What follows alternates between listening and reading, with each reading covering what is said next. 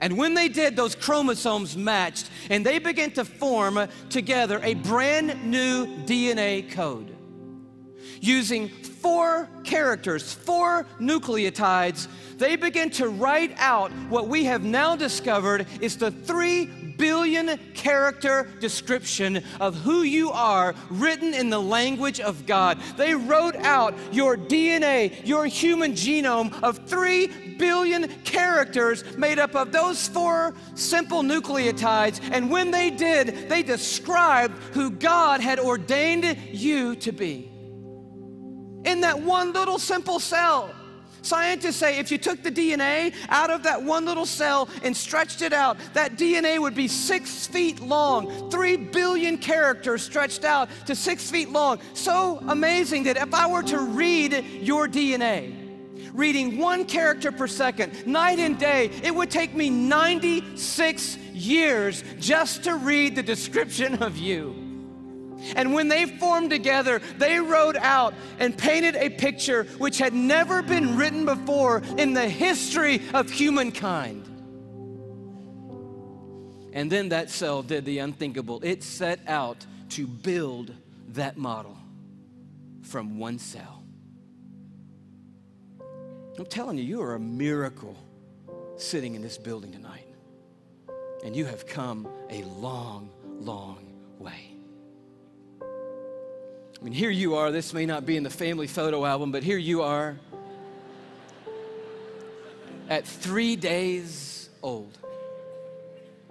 16 cells of you. You say, what in the world is that?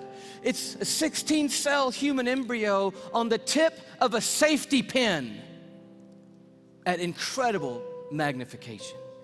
So by now, that 1 cell had turned into 16 cells on its way to making the 75 trillion cells that make up your body tonight. Every one of those 75 trillion cells containing that 6 feet of the 3 billion character DNA code that's you. There's so much DNA in your body, by the way. If you stretched it all end to end, there'd be enough DNA to go to the moon and back inside your body. 178,000 times. That's how amazing God has made you to be. 75 trillion cells in your body. And when I told you that, 50,000 of those cells died and were replaced by brand new cells when I told you that. And then just now, 50,000 more cells died and were replaced by brand new cells. It's happening every 3 seconds, day and night, all the days of your existence. And you wonder why you're tired all the time. I'll tell you, you're doing some amazing stuff night and day. We're miracles, you and me. I love the way Augustine said it, one of the great fathers of the church and of the faith. He just nailed it when he said it like this. Men go abroad to wonder at the height of mountains, the huge waves of the sea, the long course of rivers, the vast compass of the ocean, the circular motion of the stars. But they pass by themselves and they don't even notice. In the womb, miracles happening every moment.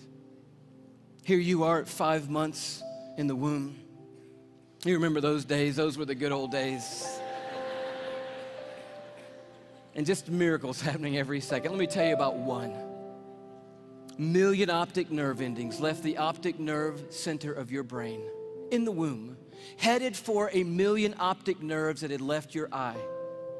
And they had to meet and match their exact partner, 1 million looking for 1 million. And when they found their exact partner out of 1 million and matched up together, in that instant you had sight. And anyone would tell you that to this moment, the most technologically advanced thing on planet Earth is your eye. Oh, but it didn't do you any good because when that moment happened, you just had 1 piece of skin completely covering your eyeball. But as I read in one textbook, miraculously and mysteriously at about the 6th month, a little cutting device appeared and it cut perfectly that piece of skin. and you had eyelids for the very first time in your mother's womb. You are fearfully and wonderfully made. And the God of the heavens is the one who fashioned you together. And He knows your name tonight. And He knows every single thing there is to know about you.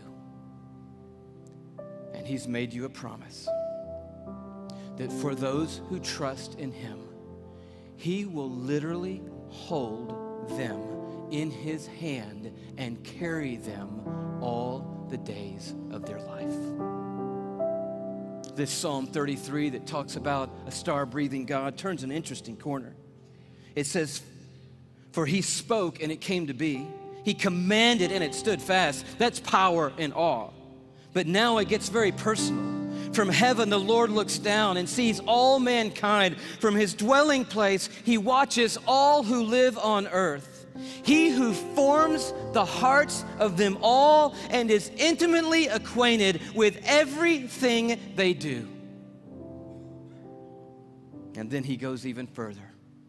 And He says, "The eyes of the Lord are on those who fear Him, on those who hope in His unfailing love." And here comes His promise, "to deliver them from death and to keep them alive in famine."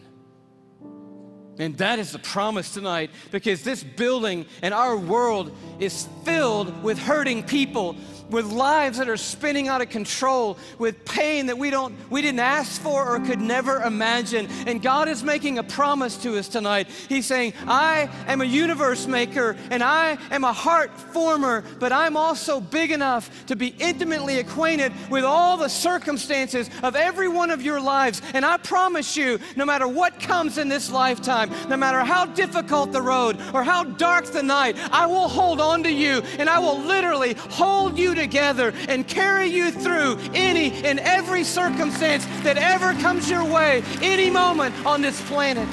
It's the promise of God. And you say, "Well, man, that sounds good, but how do I know that's true in my life right now, Louis?" I mean, that's really what we want to know tonight. And I'll tell you how you can know tonight that God will always hold you together no matter what. It's by looking a little deeper into the human body, and it's a little protein molecule called laminin. Yeah, that's about what I felt the first time I heard that. Long story short, the tour was winding down last time around. We were in Tyler, Texas. The night was over. A guy walks up to me. I wish I could tell you the whole story. It was so of God. Introduces himself to me, says, "How are you doing? I just want to say hello." I said, "It's nice to meet you." He says, "You guys winding the tour down? Where are you going to go from here?" I said, "Well, I'm on my way back home to Atlanta, Georgia." He said, "Well, what's next for you?" I said, "I'm going to be preaching the next 2 Sundays for my pastor back in Atlanta." He said, "Oh, cool. What are you preaching on?" I said, "Well, the series is on the glory of God in the human body." He said, "That's really amazing. I'm a molecular biologist at the university down the road. Give me your talk." And I was like, oh, wow, I wasn't quite yet ready to unload the talk for a molecular biologist. So I kind of stumbled through what I had, and he's kind of being kind and gracious and like, that's good. And then he says, "Well, what's your big left hook? You got to have a left hook, a big finish, right?" I said, "I don't have a left hook yet." He said, "Oh, Louis, oh man, your left hook is laminin." And I'm totally blank on laminin. He goes, "Louis, it's a cell adhesion molecule." Protein molecule? "Do you know about proteins?" I'm like, "No." He said, "Louis, cells organize into certain molecular structures, and that determines what protein there are. There are between 10 and 60,000 proteins in the human body. We don't even know how many proteins are in the human body. But one of them is a cell adhesion molecule. It's organized into this certain structure, and that tells the cell what its job is in the body. And this one is a cell adhesion molecule." And I'm like, All right. He said, no, Louis, it's like the rebar of the human body. The steel they put in the concrete when they lay the foundations of things, it's that stuff. It's holding your membranes together. It's the glue of the human body, Louis. It's laminin. You got to tell them about laminin.